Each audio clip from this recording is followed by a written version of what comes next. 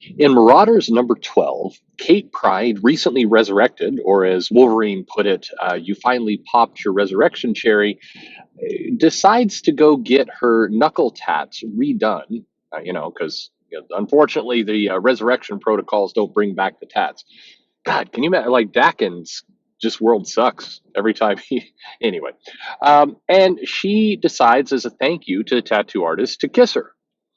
And this apparently is finally a celebration of 40 years of quote heavy queer baiting come true, confirming canonically that Kitty Pryde is bisexual. What? Wait, what?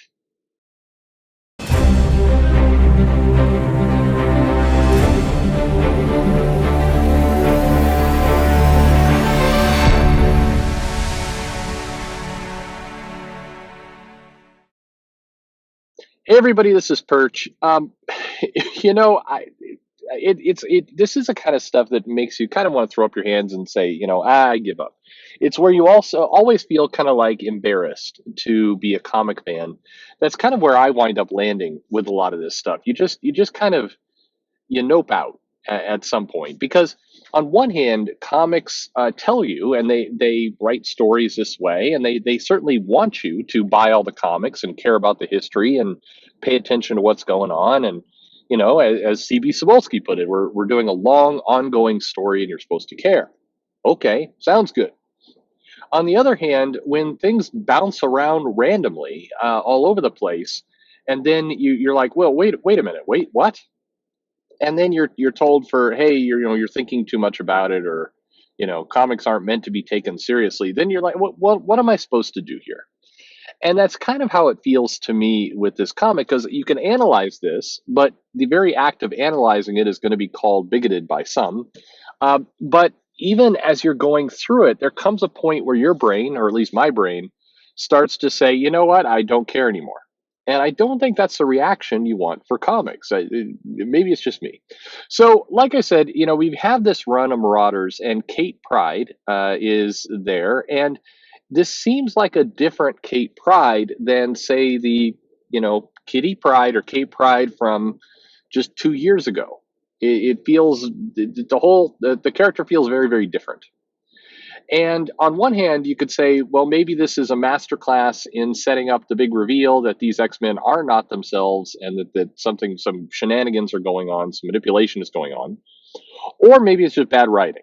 Or maybe it's, that the writers are told don't really worry about the continuity. I don't know.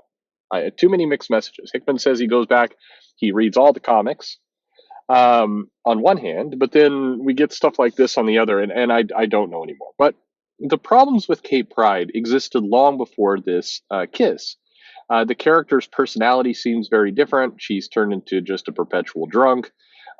She's it's a very different Kate Pryde than we've seen before. Maybe this is the downward spiral of her, almost getting married to Colossus, but then not, or almost getting married to Star Lord and then not, and then almost getting married to Colossus and then not.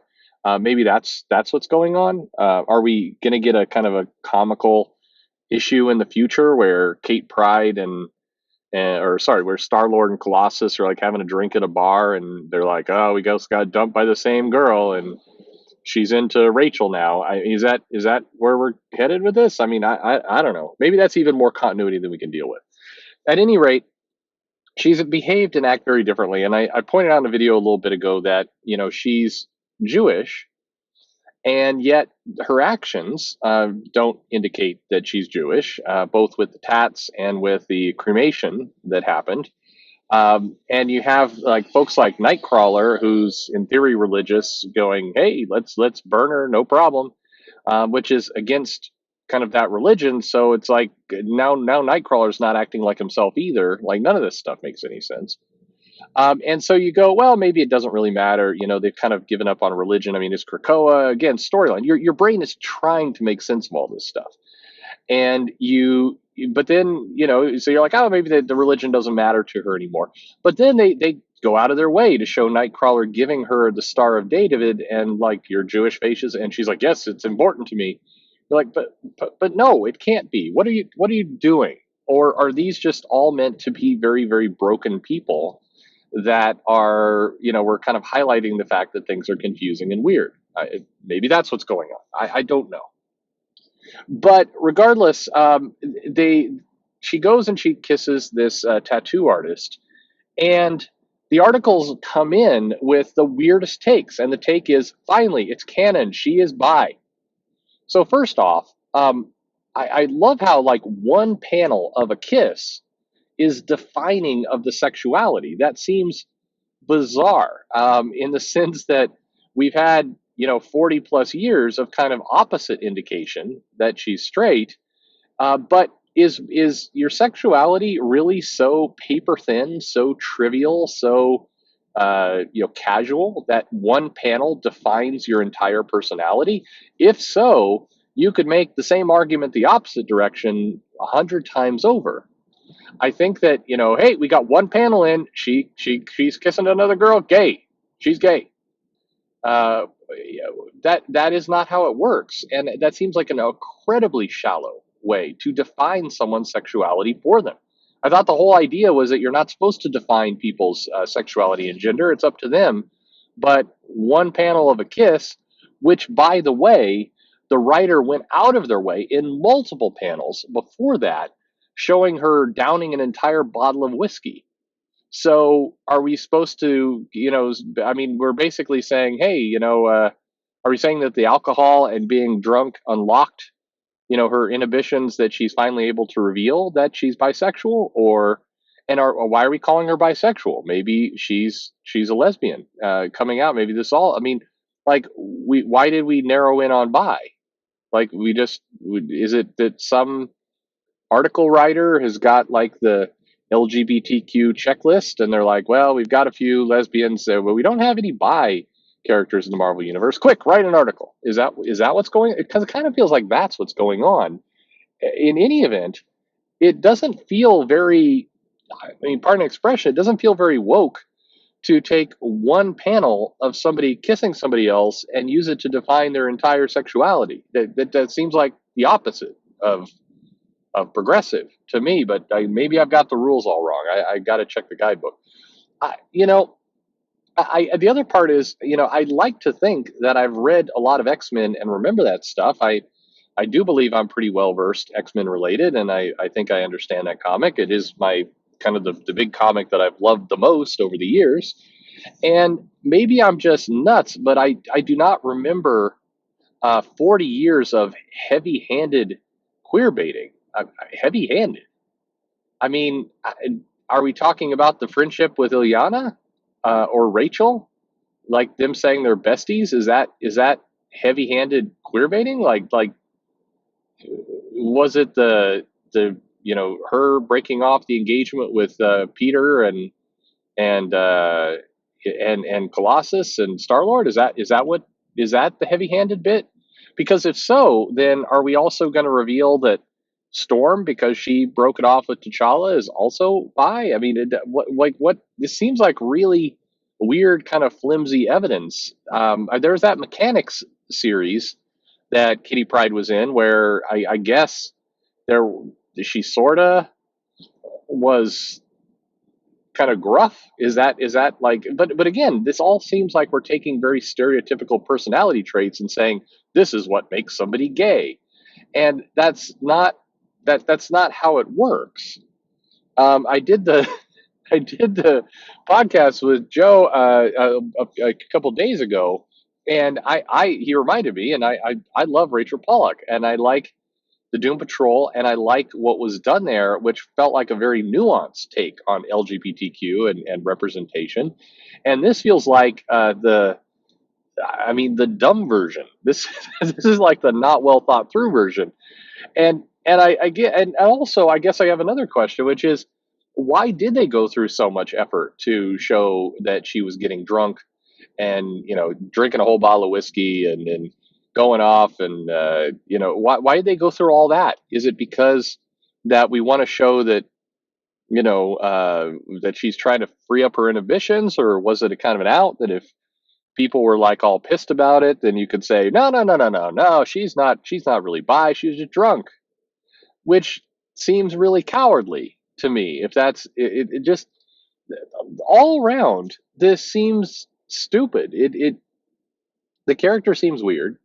The response seems way abnormal. I mean, there's these articles like, yeah, we got one. What, like, maybe got one? I mean, like, like you got one is like, are you keeping score? Because that's really weird. If you're keeping score, I'm just saying, in a world where, Jean Grey has been brought back to life and killed several times, like, what do we gain out of the world if Kitty Pryde is officially bi? Now, it's worth mentioning here, in 2016, Chris Claremont said that one of his intentions was that it would eventually, Kitty Pryde would be basically united with her true love, Rachel Summers.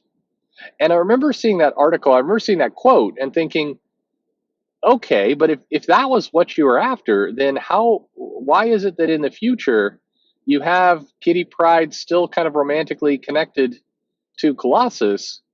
And like that, you went through a lot of pains to have Rachel kind of flirt around with Kurt, and you did a lot with Kitty, and kind of that relate. I mean, like, this doesn't add up. If that was your ultimate goal, then you were writing a bunch of things that were going completely contradictory to that goal. And this feels like kind of something you invented in 2016 to, I don't know, appeal to the LGBTQ audience, I guess. But like, what a weird like, you're playing the long game there. You're saying for you have a long kind of 30-year plan to eventually have her be bi and kiss a tattoo artist. Is that what you're doing, Marvel? That seems very. This is like, you know I've heard of kind of decompression, but this is ridiculous. You're wasting too much time. What are you doing? I don't know. All in all, what this does for me is I look at it and I'm like, I've got a million questions. I don't think there's any answers. I don't think I could even ask these questions without being kind of labeled some level of phobe. And so I kind of just wind up shrugging, like, okay, I guess whatever you want to do. Like, I tap out. And I think that's the reaction that a lot of people are getting at this point. Like, I'm just going to tap out, which doesn't seem like the right approach you want for people reading your comics, subscribing, and buying in month after month. It doesn't feel like you want people to just turn off their brain and consume. Well, maybe that is what you want, but it won't work that way. People don't like to just be told to consume. I mean, good for the X-Men, I guess. You got one, or did you? Like, I, what are we doing here? I mean, all right, have fun. What do you think? Is Kitty Pryde bi now? Was she bi all along? Did I miss like the heavy-handed baiting that went on over the last 40 years? Did I guess did I just miss all the clues? And was I supposed to be looking for the clues? And why? Like, if we're really progressive, why do I have to look for clues? Like, if we're really kind of all about representation and doing this right, how about no clues? How about you just be proud and put it out there? The teasing. This seems kind of lame to me. It feels like you're very timid and afraid of just being being progressive. If you're afraid and ashamed of it, like, you should be questioning why you're ashamed of it. It feels weird. But anyway, let me know your thoughts in the comment below. What's going on here? You tell me. Or is this just screw it, I'm not paying attention to any of this. They can do whatever they want to do. In which case, all right. Let me know in the comments. Like, subscribe, click the bell for notifications. Um, I just say, just do what you want to do. Just be out there and do what you want to do. That seems like the more fair, progressive thing to do to me. Just do it. Just do it. Anyway, thanks for listening.